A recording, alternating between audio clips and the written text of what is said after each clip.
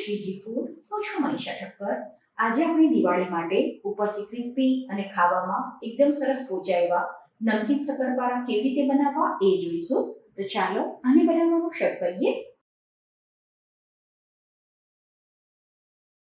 શક્કરપારા બનાવવા માટે જે મેંદો આપણે ઉપયોગમાં લઈએ એને પહેલાથી ચાળી લેવાનો છે.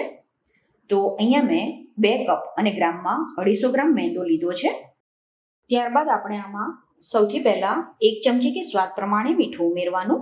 હવે 1 ચમચી જીરું, 1 ચમચી અજમો અને 1 ચમચી કાળા મરીનો પાવડર ઉમેરવાનો છે. આનો એકદમ સાવ ઝીણો પાવડર નથી કરવાનો, થોડું એને અધકચરું રાખવાનું છે. તો પહેલાં આપણે આ કોરી વસ્તુને મિક્સ કરી દઈશું. આ રીતે આ મિક્સ થઈ જાય એ પછી આપણે આમાં 9 શેકું ગરમ કરેલું ઘી ઉમેરવાનું છે. તો મેં 1/4 કપ ઘી ઉમેર્યું છે. તમારે ઘીના બદલે તેલ ઉપયોગમાં લેવું હોય તો પણ લઈ શકાય, પણ ઘીનું મોવણ જો તમે નાખશો તો શક્કરપારા ખૂબ જ ખસ્તા અને ક્રિસ્પી બનીને તૈયાર થાય છે. તો આ રીતનું એકદમ સરસ મુઠ્ઠી પડતું મોવણ આમાં હોવું જોઈએ. હવે થોડું થોડું પાણી ઉમેરીને આપણે આનો મીડિયમ સોફ્ટ લોટ બાંધી દેવાનો છે.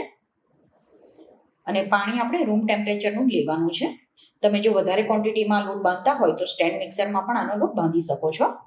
તો અત્યાર સુધી મેં અડધો કપ પાણી યુઝ કર્યું છે અને હવે બીજું પાણી ઉમેરવાની જરૂર નથી.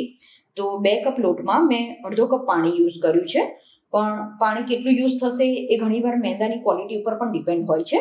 તો કદાચ 1-2 ચમચી પાણી ઓછું વધતું થઈ શકે. બાકીનો જે કોરો લોટ છે એ આ રીતે લોટને મસળતા રહીને એમાં મિક્સ કરતા જવાનું છે. તો આ રીતે થોડું ભાર દઈને આપણે લોટને મસળવાનો છે.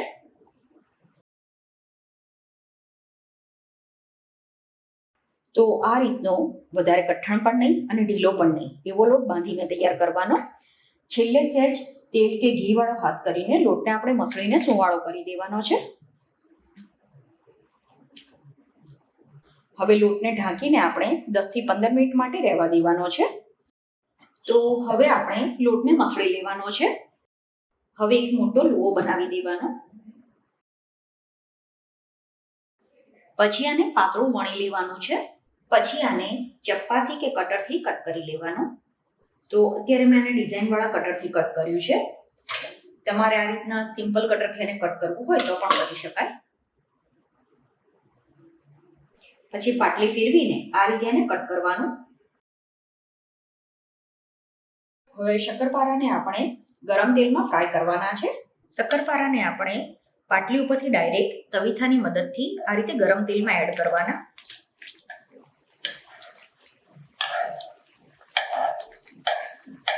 આને આપણે સ્લો ટુ મીડિયમ ફ્લેમ ઉપર ફ્રાય કરવાના છે. તમે જોઈ શકો છો શક્કરપારા ખૂબ જ સરસ રીતે ફૂલવા લાગ્યા છે. ફ્રેન્ડ્સ, તમને જો મારી રેસીપી પસંદ આવે તો રેસીપીને એક લાઈક જરૂરથી કરજો. અને તમે આ વિડીયો ક્યાંથી જોઈ રહ્યા છો એ પણ મને કમેન્ટ કરીને જણાવજો. તમે જોઈ શકો છો હવે આનો કલર બદલાવા લાગ્યો છે. આપણે આને લાઇટ ગોલ્ડન બ્રાઉન કલરના ફ્રાય કરવાના છે.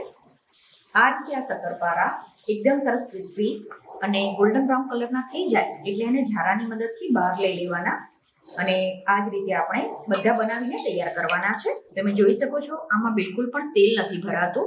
તો પ્રોપર મેઝરમેન્ટ સાથે જો તમે શક્કરપારા બનાવશો તો તમારા પણ શક્કરપારા ઉપરથી ક્રિસ્પી અને ખાવામાં ખૂબ જ સરસ પોચા બનશે.